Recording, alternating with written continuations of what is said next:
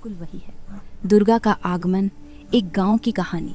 उत्तर प्रदेश के एक छोटे से गांव में प्राचीन पीपल के नीचे मंदिर और उसके ठीक सामने सफेद गुंबद वाली मस्जिद आमने सामने खड़ी थी। सुबह की पहली किरण के साथ मंदिर से जय माता दी के भजन और मस्जिद से अजान की मधुर पुकार एक साथ गूंजती। दोनों ध्वनियां मिलकर गांव को एक अनोखी लय देती।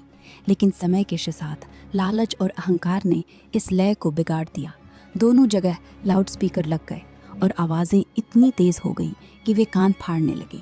बूढ़े दादा दादी की नींद उड़ गई, बीमार बच्चे चीखने लगे, पढ़ाई करने वाले छात्र परेशान हो गए। गांव में एक अजीब सी खींच फैल गई। लोग मुंह फेर कर रह जाते, लेकिन कोई बोलने का साहस नहीं करता था। गांव के पुजारी पंडित रामशरण शास्त्री भक्ति में तो निष्ठावान थे, लेकिन दूसरों की पीड़ा समझने में थोड़े अंधे। वे कहते, भगवान को तेज स्वर से पुकारो तो ही वो सुनता है। वहीं गांव का सबसे विवादास्पद व्यक्ति था कालू, जो दिन रात गांजे की लत में डूबा रहता। वो हर शोर शराबे पर हंसता और कहता, दुनिया ढोंग है भाई, मजा ले लो। एक दिन नवरात्रि के ठीक पहले गांव में एक अजनबी महिला का आगमन हुआ। सादा सफेद साड़ी, लंबे खुले बाल, चेहरे पर दिव्य तेज और आंखों में अनंत शांति। कोई नहीं जानता था कि वे स्वयं आदिशक्ति माँ दुर्गा है, जो मानव रूप में आई थी। सबसे पहले वे मंदिर पहुंची। भजन इतना तेज बज रहा था कि आसपास के बुजुर्ग और बीमार लोग हाथों से कान दबाए बैठे थे। महिला ने पुजारी जी से नम्र स्वर में कहा, पंडित जी, भक्ति तो हृदय से निकलती है, ये शोर तो केवल अहंकार को पुष्ट करता है। माँ दुर्गा शक्ति हैं, लेकिन वे शांति की भी देवी हैं। पुजारी जी, मंदिर के लाउडस्पीकर से बहुत शोर हो रहा है, इसे बंद कीजिए। अरे ये तो भक्ति का शोर है, तुम इसे शोर कहती हो। लेकिन ये ध्वनि प्रपदिशान है, करुणा थी, पूरा गांव परेशान कर अंदर दो। कुछ हिला गई। वे सोच में पड़ गए। फिर महिला मस्जिद के पास गई। वहां भी लाउडस्पीकर की आवाज आसमान छू रही थी। उन्होंने इमाम साहब और आसपास खड़े लोगों से कहा, ईश्वर एक है, उस तक पहुंचने का रास्ता शांति और प्रेम से होकर जाता है, शोर से नहीं।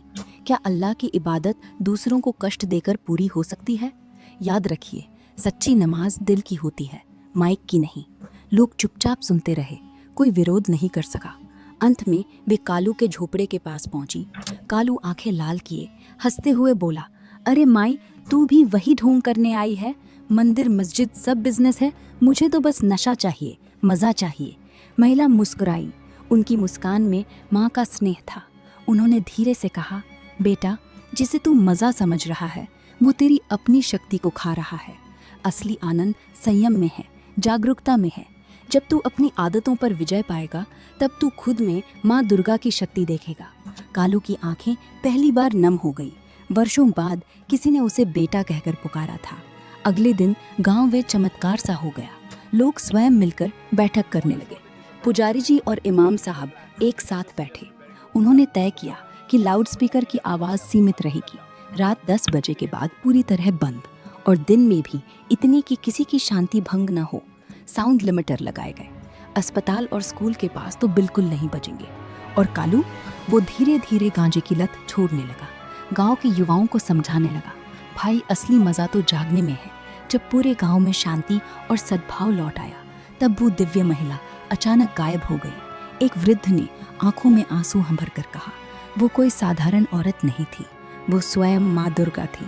नवरात्रि से पहले आई थी, ताकि हमें याद दिला दे कि सच्चा धर्म शोर और अहंकार में नहीं, सम्मान, संयम और शांति में है। उस दिन से गांव का नाम बदल गया, शांति।